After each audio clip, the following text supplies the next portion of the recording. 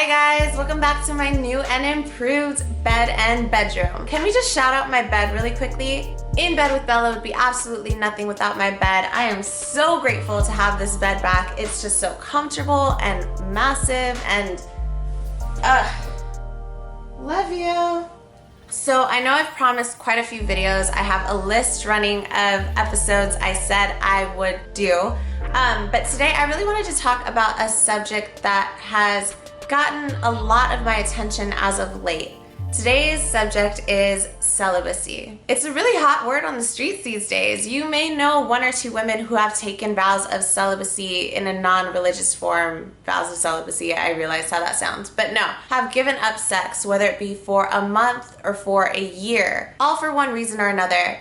But most often they're trying to make drastic changes in their life and they're eliminating sex in order to do so. So initially I fully intended to blast this subject. I really saw celibacy as a trend that women were doing in an attempt to get buzzworthy content or be more interesting, like getting your tarot read and buying crystals to catch a vibe, you know? I think it was the frequency and the oversaturation of everyone around me just all of a sudden being celibate. Frankly, it was irking me. Like, one, why? And two, do you have to announce it?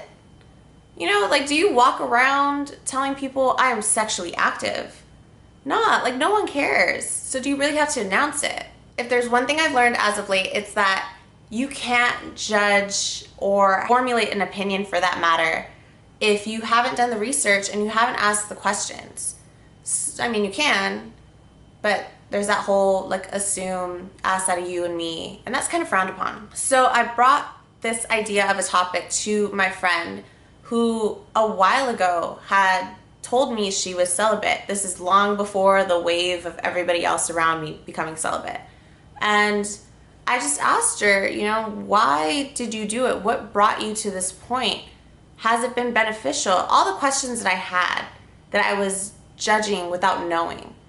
And I'm so grateful to her for being open and as detailed as she was with me, because that is something that's very personal, but she shared it so willingly, and I'm just, like I said, absolutely grateful to her for it. So she explained that following a breakup, she took a step back and really evaluated her life and some of the choices she had made in terms of the relationships and the people that she was attracting into her life. She felt that at that time she was choosing unhealthy relationships that in her right mind, in a clear-headed space, she would never choose, nor would she ever deal with the bullshit that went on with them. She realized that she wasn't loving herself, that she had underlying issues that were causing her to seek certain kinds of love elsewhere.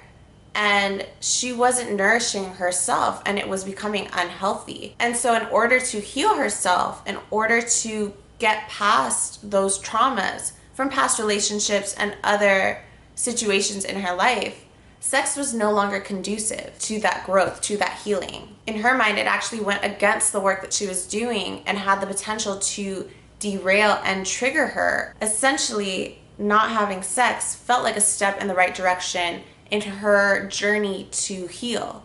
And I especially love the term or the phrase healing in this context, because we as women, I think we forget we're penetrated. And sometimes we allow people into our bodies that we know aren't good for us, whether it be emotionally, spiritually. We just know that they don't really jive well with us, but we allow them in anyway because we are lacking and we desire it somewhere. We're seeking something. Oftentimes, that can be more painful and more hurtful, more detrimental, I guess, because I love big words, than anything else we could have done. Needless to say, because I'm sure you gathered from this amazing story, she's on a serious glow up right now. Like, she is living her best life. She actually, I think it's been more than a year, she actually is still celibate. But at this point, the reasoning has actually changed. She's in a place of self-love, of respect, of value, and what she requires for her partner is the same. She's absolutely open to having sex with the right person, someone who has the same level of self-love, of value, and more importantly, is on a similar path of growth and glow up. Someone who can meet her at her level as opposed to her lowering herself or her standards for momentary pleasure. Pretty fucking amazing, right? So her story and her openness really opened my eyes and actually made me take several seats. It really made me evaluate my sex life, and while I'm not in a relationship currently, I'm still having sex. The idea of celibacy prior to my conversation with her just sounded so restrictive, which I'm completely against, but also just so self-punishing. And it didn't click to me why not having sex was so conducive to becoming somebody else or changing. Pro tip: if you're actively trying to change something in your life without eliminating things in your life, you're essentially in a futile battle that's based on ego and kind of pointless. The conversation and the reflection following the conversation really made me analyze what it is that I like about sex. I love sex, the action. I love the feeling. I love the, the physical feeling. But as far as the depth and the connection, those things come secondary to me. And I say that in a present tense because it's something that I'm still actively working through. But I also say that with some sadness in my voice because saying out loud how fucked up my priorities are is kind of depressing. And don't get me wrong, I know the difference between casual sex and making love. Making love is powerful, it's emotional, it's beautiful, it's empowering, it's enlightening, it's invigorating. It's all the things that I absolutely love. It's so passionate. I long to make love. It's been a while. But I also really enjoy meaningless sex. Sometimes I just want it. Sex, that is. I think about it. I crave it. But that meaningless part, I kind of feel like I just tolerate it. On one hand, it's like, I really do enjoy sex, so why not? And on the other hand, I do feel empty.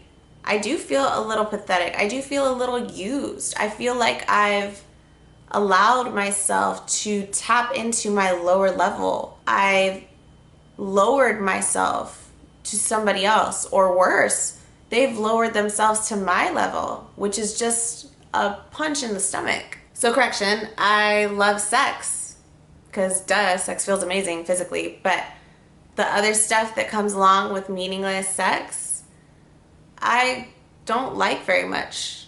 So much so that it almost makes me not want to have sex. Did I just talk myself into going celibate? How did that just happen? One part of me right now is like, and it's probably the stronger feminine side of me, is like, yes, queen, good for you. That's right, you don't need dick. There's no reason to lower yourself to that standard.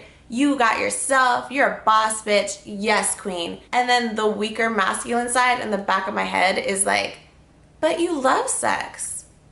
Why would you give it? I just don't understand. Yeah, sure, logically that makes a lot of sense, but you know, what if so-and-so comes around and you're just horny that day? Is it really gonna hurt you? Is it really gonna derail you? Doing this episode, researching and writing it out has given me so much respect for the women who decide that they're gonna embark on this path and be celibate. Respect that I don't think I previously had. Do I think that you need to announce it? No. But embarking on something that is so drastic is kind of scary, and sometimes you need support. So I completely understand why women do announce it, so that they can build a community around them, and also so that they can warn people who are trying to fuck with them that they're gonna need to come correct, that they're gonna need to set their standards for how they approach them a little higher. So I get it. I honestly don't know if I can do it. Maybe I'm not strong enough, but saying that out loud also sounds like a challenge. And I tend to take those up. So I will give you a status update, let you know how and if this even happens and I embark on celibacy, God, what the fuck happened in this episode? I'd love to hear your comments on this subject. Ladies, if you've embarked on celibacy, share with me. Tell me what it's been like. Tell me what brought you to that point. Have your relationships changed? Has your relationship with yourself changed? Men take vows of celibacy too. They just get tired of the bullshit. So please, men, share with me. Or maybe you're dealing with somebody who is currently celibate. I'd love to hear what that perspective is. Share down below. This is a safe space, so please, no judgment. Just tell me your story. To stay up to date with me, follow all my social media. All the links will be down below. If you like this episode and you haven't done so already, please subscribe. I'd really appreciate it. I want you guys to all go out, have a beautiful day full of self-love, love for your motherfucking self. Love and light to all of you. Bye, be amazing.